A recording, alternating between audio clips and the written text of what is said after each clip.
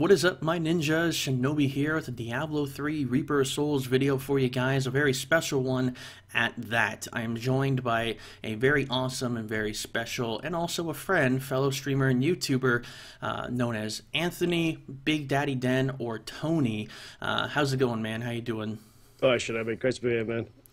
And today we're going to talk about the Witch Doctor, one of my favorite classes of all time.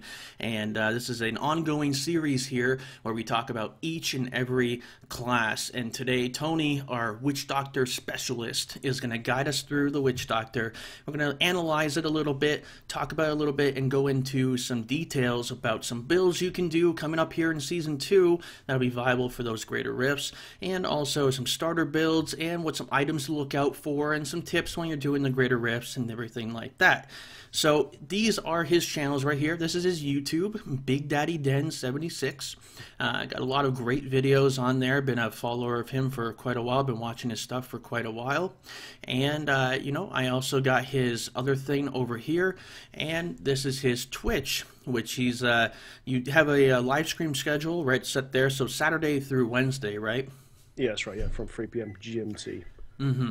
Yeah, so if you guys do enjoy this video here, make sure I got all the links down below to everything we're going to talk about, and I got, you can go over there and throw them a sub or a follow or something and say that Shinobi sent you and everything. So let's go ahead first off, and let's talk about the Witch Doctor starter build here. Now, all these builds that you gave me, these are all Tony's builds that he's put together here. We talked about some stuff together, but so this one here, go ahead and walk me through the starter build here. Start build. Okay, so definitely you want to use Plague of Toads, Rain of Toads, because it's a great starting skill. Does some decent AoE's poison damage, and it would generate an enormous amount of fetch cyclers. You get up to 15 of these little guys running around stabbing and killing. Fantastic. You definitely want to use Summon Zombie Dog, Rabid Dogs, because the single target DPS is good. They will block the enemies for you. And when you're using Fierce Loy, you get an extra dog on top, and it gives you that massive movement speed, so you can really tear it up quickly when you're on your new character. So even though you don't have many points of movement speed, Shinobi, you can get around extremely quickly. It's decent, man. Yeah. On the Decay, definitely Prononator. Absolutely, man. So if that were GI passive, you're going to be refreshing the cooldown this very quickly. You can bunch up all those mobs for the Rain of Toads and just watch it wreck face. Especially if you find a Strong Arm Bracer pretty quickly into season, you're going to get a nice boost of damage for your Fetish Sycophants there. And the whole synergy that I want to talk about real quick with the Rain of Toads and Fetish Sycophants. Fetish Sycophants, for me in the beginning of Season 1, I did a Witch Doctor, and I climbed up really quickly in the leaderboard by literally using Fetish Sycophants. It's so powerful. And you just couple that with Rain of Toads, and you get it's just a great starter build. So as soon as you hit level 70, and maybe even before 70, once you get this stuff, you want to definitely utilize it. I definitely think it's the way to go. I also see you have Haunt here with Poison Spirit. This is a new addition to the game, right? And it actually couples in quite well with the starter build you have here, huh? Yeah, that's right, yeah. It gives you 20% increased damage, and it's a great pull-in spell as well. Even though Rain of Toads is a nice pull-in spell, but Haunt will, as you kill the targets with Haunt applied over the seconds, 12 seconds, it will jump to the next enemy. So as you're killing, you're refreshing this extra damage, and it works group-wide as well. If you're in a group, that 20% works for absolutely everyone. It's brilliant. Yeah. It's a really, really good spell now. So you actually get this at level 48. You get your Rain of Toads at level 35, and your Fetish Sycophants you get level 30. So literally at level 35, you can already start doing this stuff. And when you get to 48, if you're playing in a group leveling up in seasons, like you were talking about, and you get that additional damage, and this is also great after you hit level 70. You also have the Spirit Walk with Jaunt. Oh yeah, absolutely.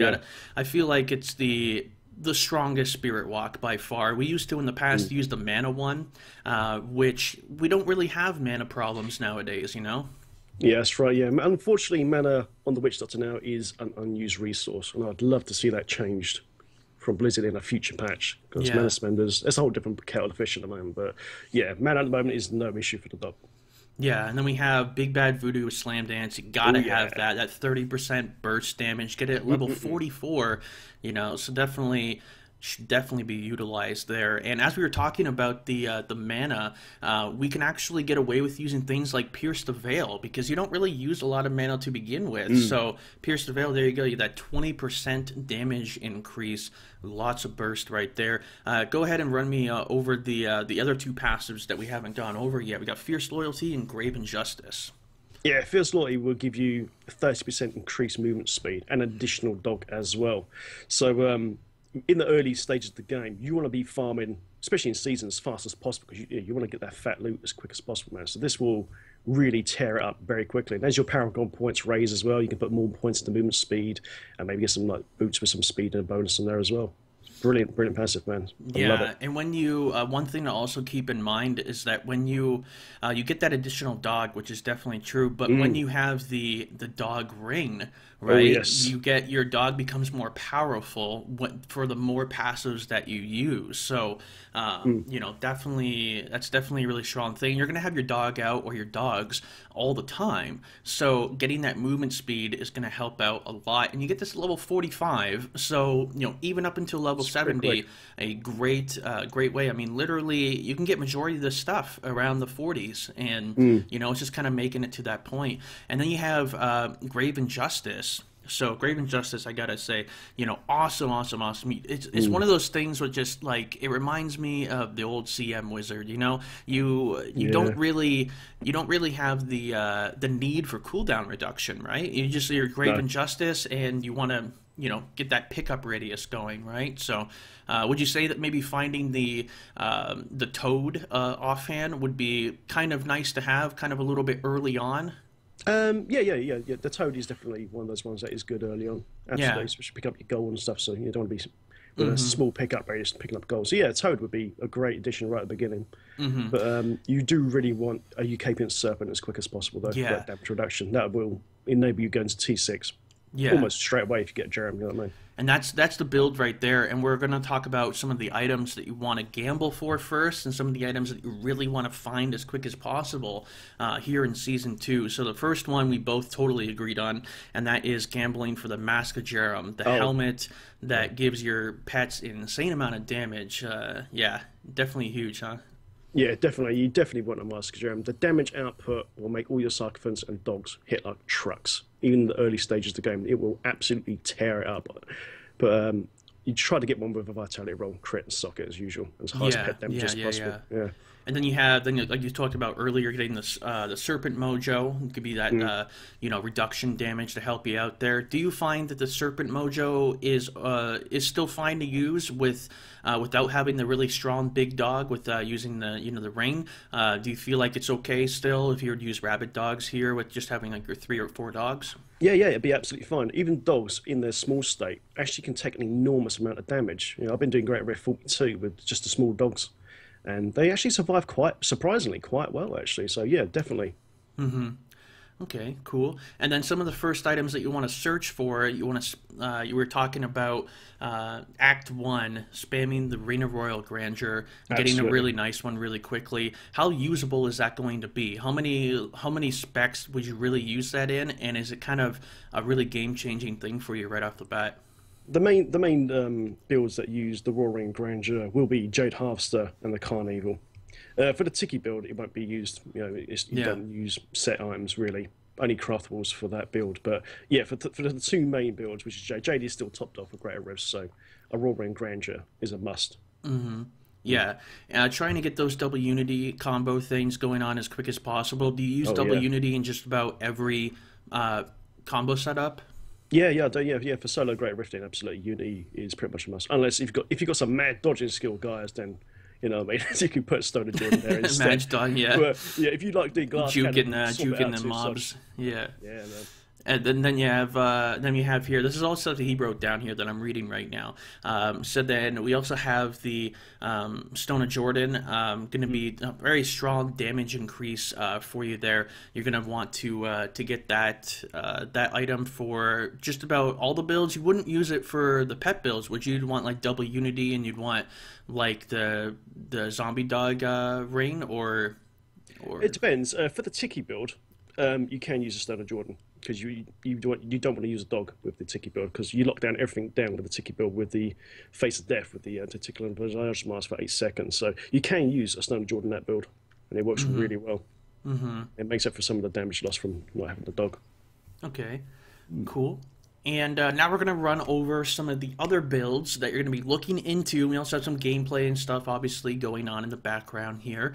So we're going to run through some of those builds now. I told Tony here to give me 3 builds that he feels like are the go-to builds for the high-grader rifts, or just rifts in general, even T6. Going to have all your needs right there. So the first one we're going to talk about is the Poison Jade. So Poison Jade, we remember in the past we had the Cold Jade, but now with the new Poison, rune that we have here, do you feel like it's much, much stronger now? It is much stronger now. That 20% extra damage, especially in Group Shinobi, is massive now. 20% damage increase is just incredible, and it will speed up.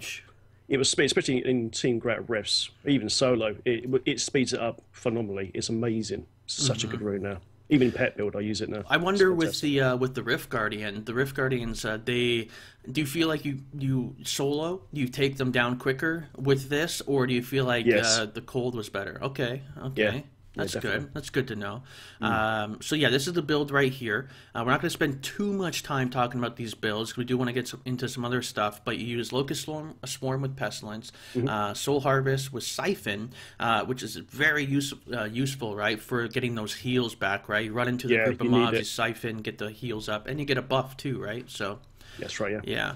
And then once again, using the Jaunt, we have the Piranha NATO, which is kind of the go-to piranhas.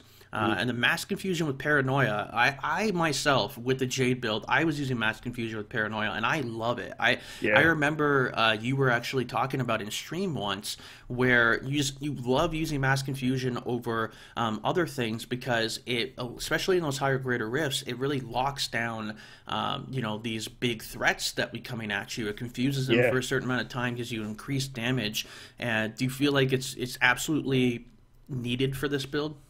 If you're going to go for Greater Rift in records, I do think Mass Confusion Paranoia is the way to go, especially with Poison Spirit. 40% increased damage is massive, and you're going to see some giant crits, man. Like I've had a 3 billion crit doing this on this setup, and that's with a non-ancient Furnace as well. Yeah. So, what I mean? When I saw it, my eyes popped up. I was like, "Holy shit, it's amazing!" But yeah.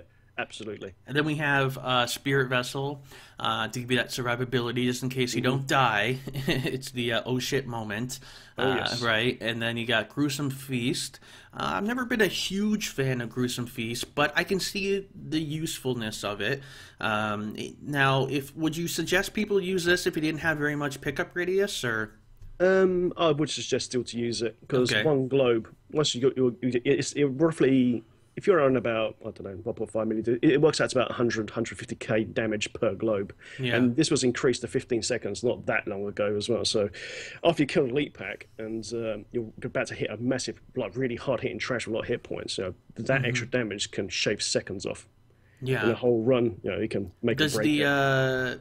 Does the Gruesome Feast interact with the progression orbs that we get, or no? No, it doesn't. It doesn't? Okay. I never tried it myself. That would have been cool, though. Oh, yeah. Then Graven Justice, once again, it's kind of like something you use in pretty much all the builds, right? Yeah, you just have to get that cooldown reduction, And then Creeping Death. Can you explain a little bit on how this works with the Jade? Basically, when you combine it with Quetzalcoatl, it just amplifies all your damage with your dots. So basically, when you do a harvest, it just takes all that time for it and just makes it explode. Just blows it up in one big nuke. That's why when you combine this with Quetzalcoatl and you do your soul harvest, where you get those giant millions, well, billions of numbers now. That's why. Oh, yeah. And the dots will last for 5 minutes. It's not forever. It's actually 5 minutes, but they're not going to last 5 minutes, are they? Almost forever. Almost forever. Yeah. And the next build we want to look at here is the Tiki build. Now, this is one that you've been saying that you just absolutely love, and you're actually going to be doing it on stream today. Yeah. Now, this one here, you do use Rain of Toads. I know you're not a huge fan of it, but this one right here, go into the explaining about how this build works. Basically, the whole point of the Tiki build is basically use the Visage of Death, and it just absolutely locks down everything. Tickle Visage, it just locks down absolutely everything. It's a fantastic Yeah. thing. So basically, you want Invec Crit, Socket, and you want the Tickle and Visage to have 8 seconds. And when you combine that with the right amount of cooldown, if you get to around about, I think it's about 27%, I think, with an 8 second, you can completely and utterly lock down everything. It does not work on rate of Rift Guardians, though, but Elite Packs, Trash, you can just sit there and they'll all be feared and they won't be able to move. It's fantastic. And the so for those that don't know, he's talking about the Tiki helm that locks down the monsters. So you wouldn't be using the Mask of Jerem here. So you do lose that damage. Do you feel like that's a big deal? It is a big deal, but because you use a Homunculus Mojo, between 4 to 6 seconds, obviously you want a 4 second one, and you can detonate your dogs using Provoke the Pack with Sacrifice, and it increases your damage by 20% per dog sacrifice. So you can absolutely launch an enormous amount of AoE, which helps a lot, and also buffs all the damage of your pets as well. How about for group play with something like this? Would you change it up a little bit and maybe use like the Poison Haunt or something, or would that not work here? You could use it if you're playing group. Mass Confusion Paranoia would be fantastic, which is pretty much the 0 DPS Witch Doctor build. Yeah. And what would you take out though out of here? Would take out like you wouldn't take out like Legion of Daggers or something? I mean, what would you? No, you need what would you have to take out? You have to keep the Horrify. It'd be tough. I mean, it would be tough actually. In that role, you're not really there for DPS, so you might even have to drop actually Plague of Toads maybe. Probably should be Plague of Toads. Also, I couldn't see dropping Spirit Walk because you need to Spirit Walk into the enemies to lock them down before they actually cast any effect. So if you catch them early, you can actually stop them doing their reflect and anything basically. You know what I mean? So you probably have to be around the Toads. Reflect damage is definitely something that I know all too well with the, and I'm sure you do. Your pets, they do some massive damage, and as soon as that reflect comes up, you got to be careful and you got to be ready to spirit walk that because you're gonna take some crazy damage. So, yeah, that's always interesting. Oh yes.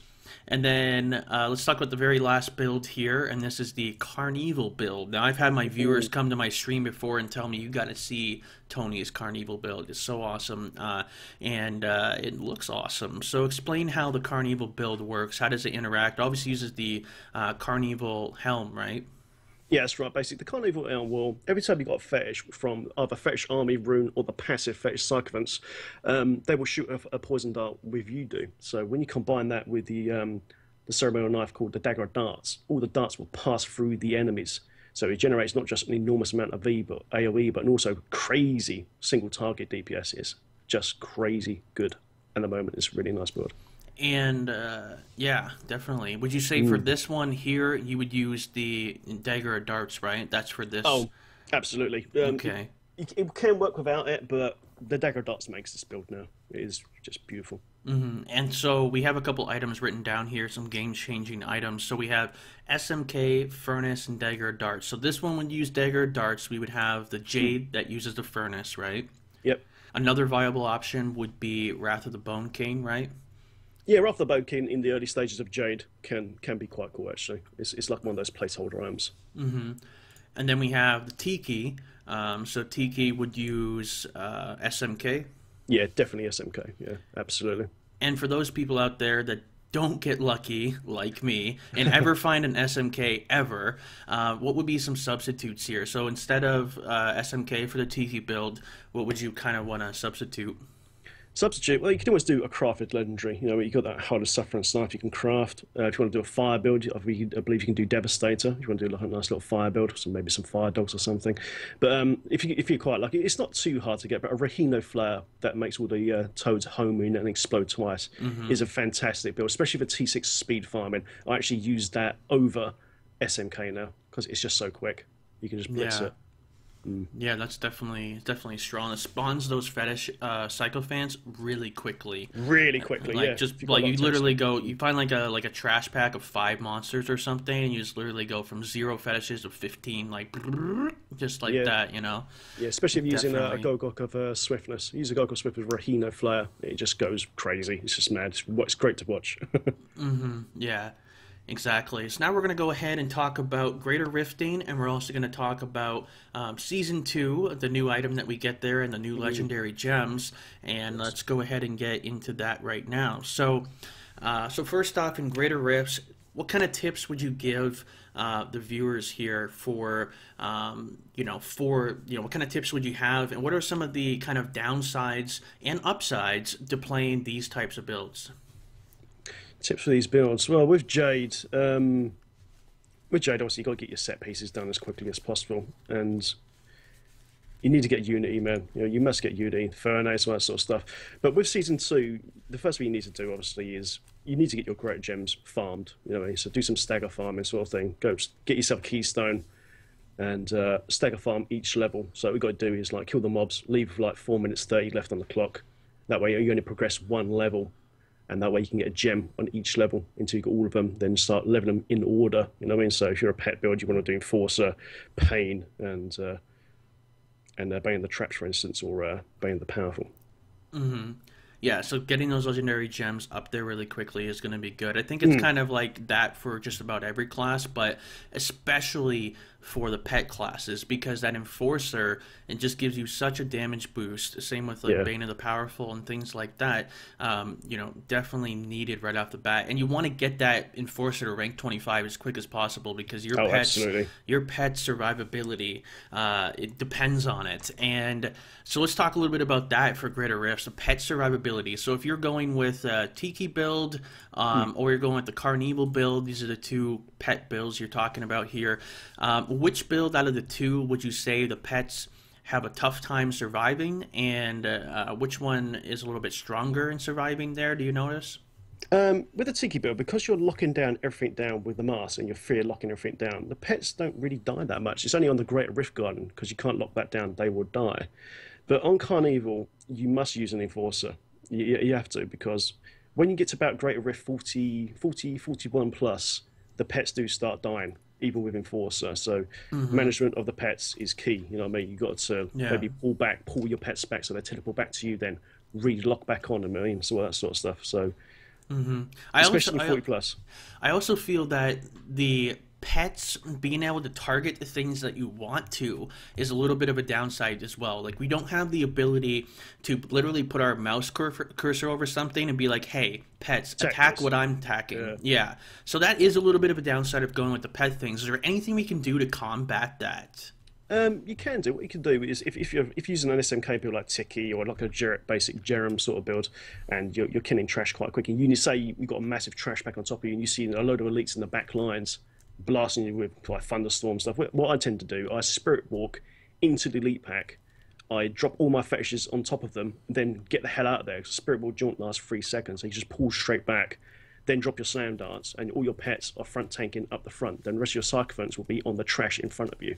So you can do it there. That's what I personally do, and it works really well. And also breaking line of sight with really hard packs can help. Basically, you can dirtbag it with the pets. Basically, you can hide behind a wall. Certain effects like thunderstorm and that sort of thing. The elite packs need line of sight to do that. So if you could break that line of sight, you can just sit around the back of the wall comfortably while the pets wail on them and kill them for you. Cheap, but it works. What I've always done was like what you were saying there, but the pets are going to attack whatever they're closest to.